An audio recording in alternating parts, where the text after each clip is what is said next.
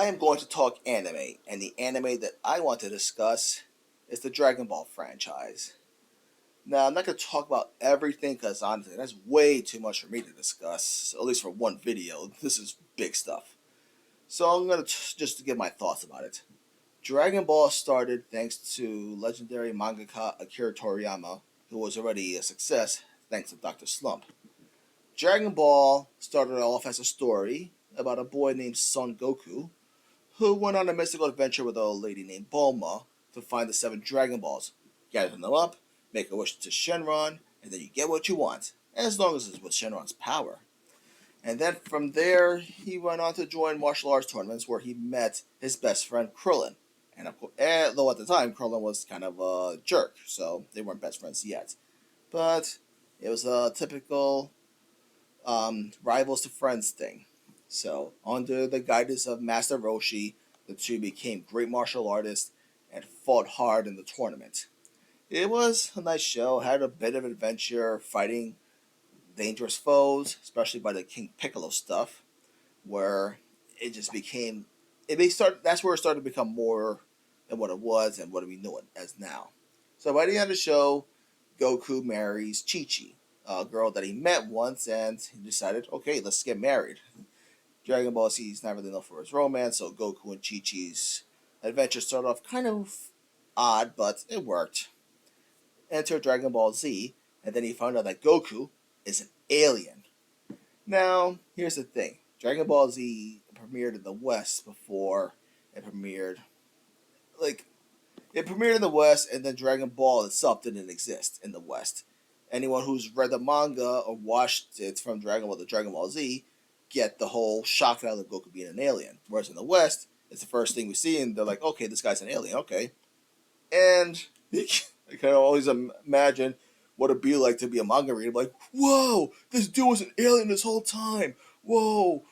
So he's an alien known as a Saiyan, and they work with Lord Frieza to conquer planets so he can sell them to the highest bidder. Interesting marketing strategy.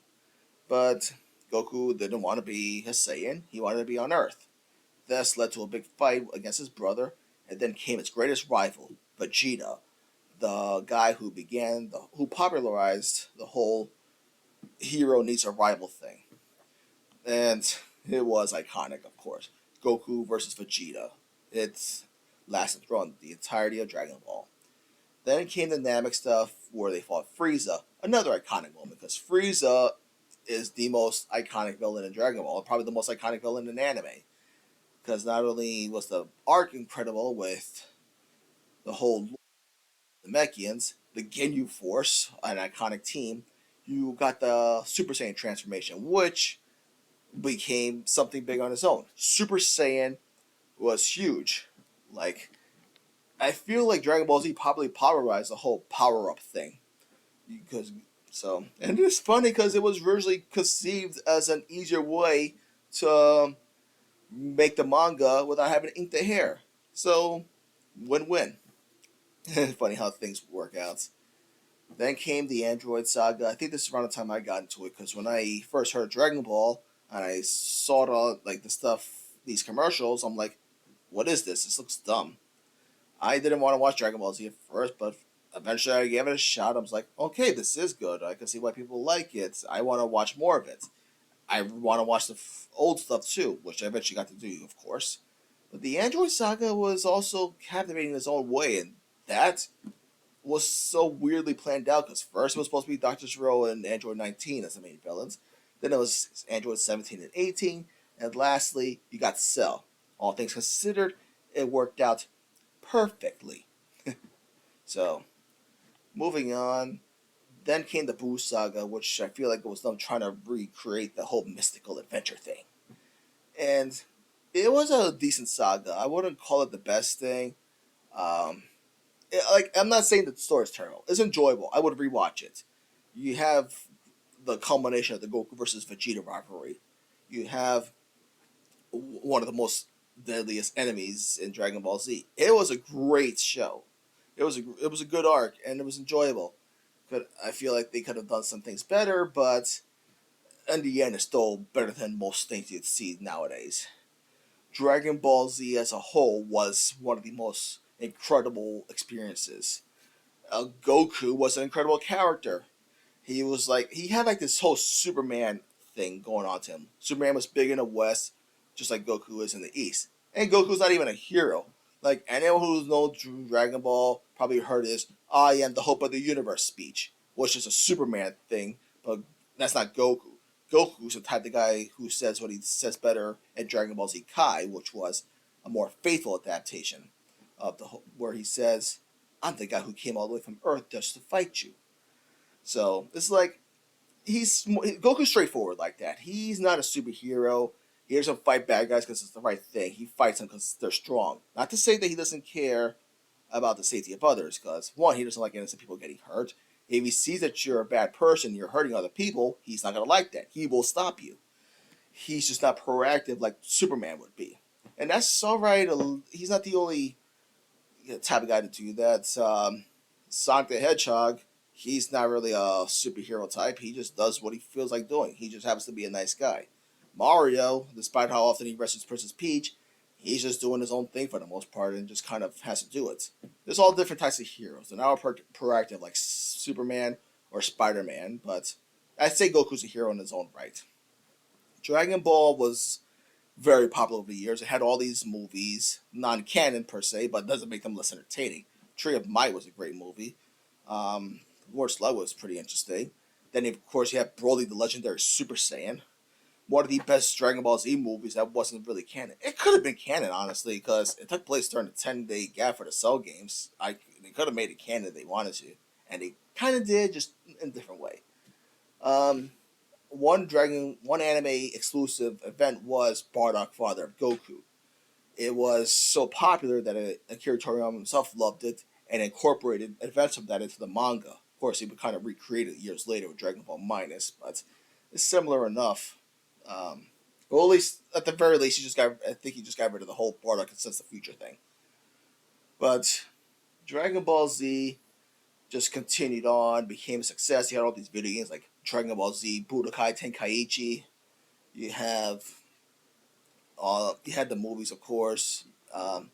Even had the live action movie that everyone hated, and it was hated so much that it inspired Akira Toriyama to go back to writing Dragon Ball Z. That's when he created Dragon Ball Z Battle of the Gods. Now, before I get into that, let's not forget about that Dragon Ball GT existed. How do I feel about GT? When I first saw it, it was alright. I liked the Super Saiyan 4 transformation. It had some interesting things. I think the only thing I didn't like at first was Guru, that little annoying robot. Of course, he proved his worth, and he's not really a bad character, but it did get old after a while. Surprisingly enough, I did not hate Pan. She could have been written better, but I did not hate Pan as a character. So, then of course, you had the whole Super 17 stuff, which really wasn't that great, even though I wish it was. And because at the time I really missed Android 17 as a character. We got to see his sister in Dragon Ball Z, but after the Cell stuff, but never 17 until GT. Um, then came, he had appearance in the Buu Saga, but beyond that, I didn't want him in a major arc, so this was as close as I got, and I was a little disappointed. Then came the Shadow Dragon stuff, great way to end the story with them fighting the Dragon Balls themselves. And now you have Battle of the Gods, and that's what introduced Super Saiyan God. You got Resurrection F, which introduced Super Saiyan Blue. Beerus and Golden Frieza just created a new archway of Dragon Ball Z. Or actually, we got to Dragon Ball Super because that was the new anime, which was canon because it took place in a 10-year time skip. Now, let me go back to that. At the end of the Buu Saga, there was a 10-year time skip that went from Buu all the way to the end where Goku first met his granddaughter Pan. So then Dragon Ball Super took place right in the middle of that. And it worked out well. We got to see some new stories. The Universe 6 arc could have been better, honestly. I mean, you got to see Hit, who was a great character. Everything else was a little meh. Goku Black, now that was great stuff. You have Trunks coming back, and he has to fight an evil version of Goku. And it's kind of weird. Now, here's the thing. Even though he's an evil version of Goku, he's not really what Goku would have been like if he was the Saiyan they expect him to be. That was more Turles. Goku Black was just a god in Goku's body. So, but he was still a great character in his own right. Came up with the Super Saiyan Rose transformation, and it was great until like the final part of the arc. The final episode was little disappointing, but still a good story. And of course, you had the Tournament of Power, which was ambitious. 80 people fighting at once in a big tournament where you knock the person out of the ring. It's almost like Super Smash Brothers, but Dragon Ball style. I like the concept. You had so many different interesting characters. You got Ribrian, who was basically a Sailor Moon parody. You got Jira and the Big Bad. You got all these. You got Caulifla and Kale, the female Super Saiyans. It was a. Was it handled well? It could have been better, but it was still done well for what it was worth. You got to see the other characters do something. Gohan got to do stuff. Master Roshi did. I'd say the only character that didn't get to shine much was Tien. He got like maybe one or two good moments, but beyond that, yeah, Dragon Ball Super was pretty good. Dragon Ball Super Broly, that was impressive. You got Broly in canon. I mean, it's funny that he could have just been canon in the first place. Probably wasn't too hard to work him in, but whatever.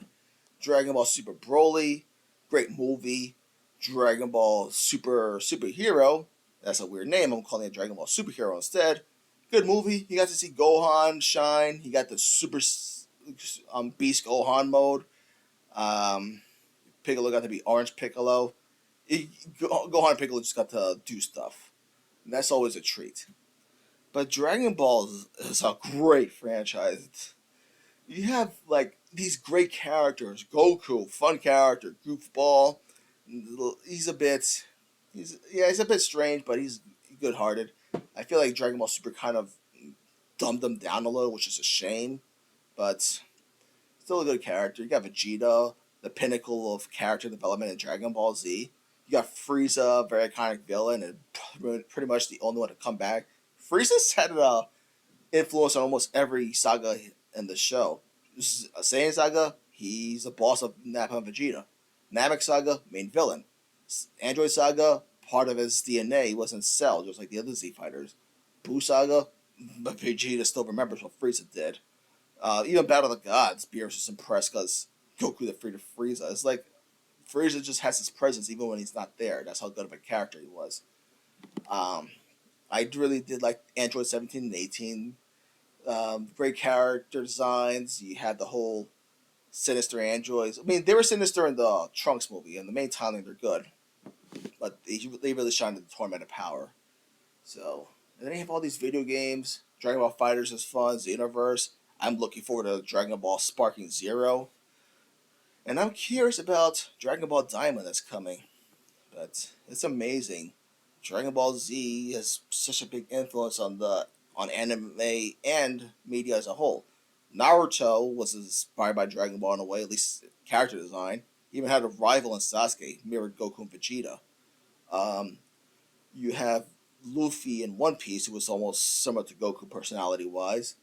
You had the Sonic franchise. Sonic goes Super Sonic like Goku turns Super Saiyan. Sonic rivaled Shadow like Goku and Vegeta. Trunks is essentially Silver. He came from the future. Another video game which had that was Lucina and Fire Emblem Awakening, swordsman from the future. Dragon Ball Z, I don't think it influenced Street Fighter directly, but the Hadouken is pretty similar to the Kamehameha wave, so there's that. It inspired, Dragon Ball Z inspired some stuff with Mega Man, at least Mega Man 11. It inspired something in Kirby. I would say that the